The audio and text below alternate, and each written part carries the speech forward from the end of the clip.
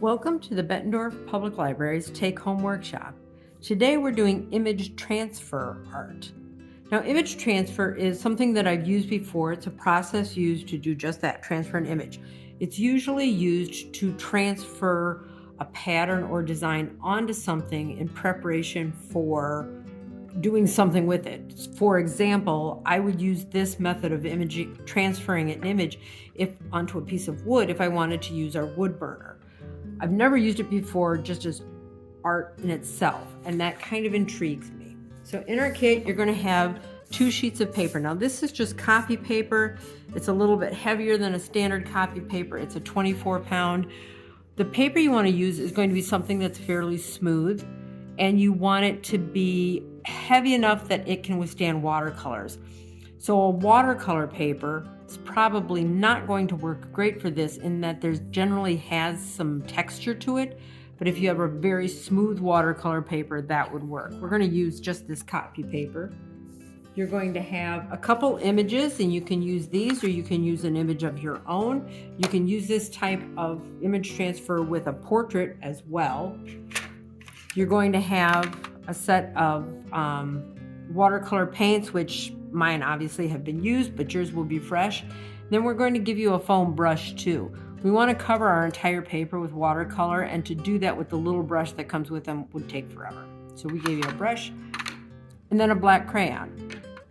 What we're asking you to provide is a little bit of water and a rag, the stuff you need when you're watercoloring, a pen or a writing tool, and optionally a little bit of tape.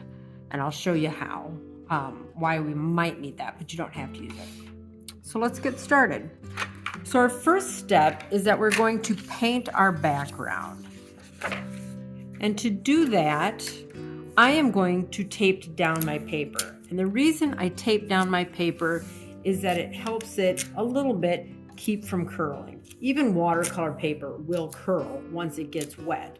But then when it dries, if you can keep it flat like this, it'll dry flat again. Copy paper, not as great about that, but still pretty good.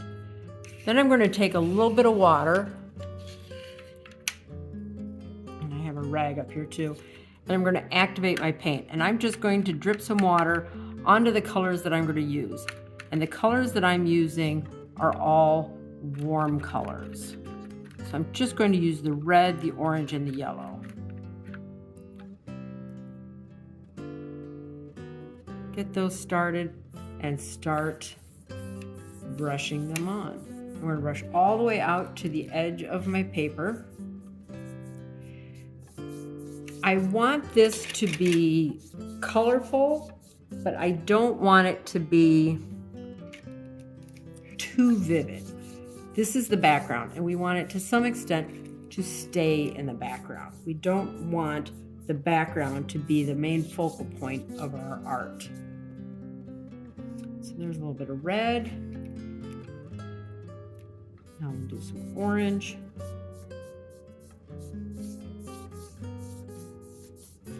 And you can do this however you want. I'm doing it in kind of this rainbowy sort of arcs like this, one color bleeding into another. But if you wanted to do like circles or just blobs, whatever you like, whatever looks good to you. Okay, I'm pretty happy with that.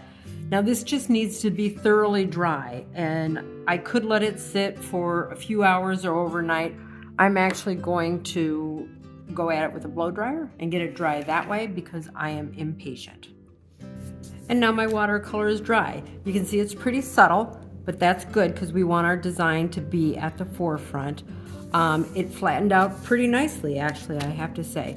So I'm going to set that aside, and we'll start on the next thing. So I'm going to pick my image, and I'm going to use our friendly giraffe here.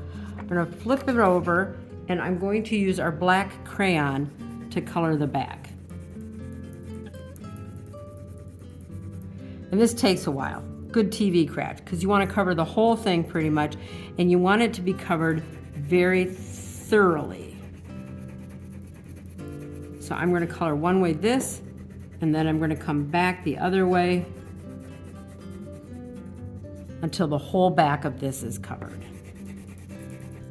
Okay, so I've covered the whole back of my giraffe, and now I'm going to take my watercolor paper. I'm going to put my giraffe on top of it, and then I'm just going to trace. I'm going to take my pen and I'm going to trace my design. Now you want to do this again on a fairly hard surface, and you want to do it on a smooth surface. It makes it a little easier. And when I press, I'm pressing hard. And you can see the image is transferring. If you want, you can paper clip your papers together.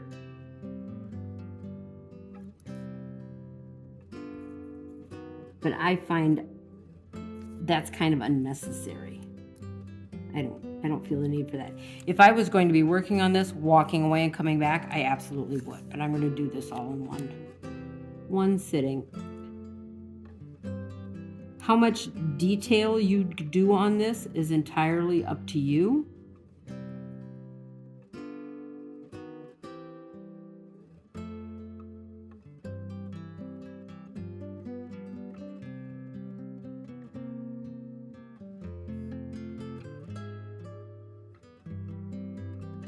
You're at the point where you think you might be done. You can hold down one side and lift it up and see where you're at. And I'm getting great transfer. I'm happy with that, but obviously I am not done. I need to color in his eyes, get more detail in his beautiful, beautiful face.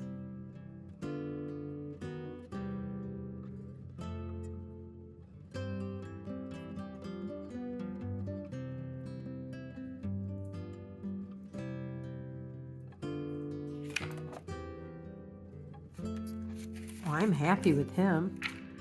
And there you have him. Well, I think he turned out great. But just to give you an idea, I just cut a paper frame. And you'll see. Once you frame it and all of that kind of extra bit around the edge where I have torn edges and stuff like that, that's gone. He looks really great. So you can do that same thing. You can do any colors in your background. You can do any photo that you want. Just make sure you get that crayon on good and hard in the back. We would love to see your image transfer art. So please share it with us on social media. And we'd like to thank the Bettendorf Public Library Foundation for sponsoring this take-home workshop.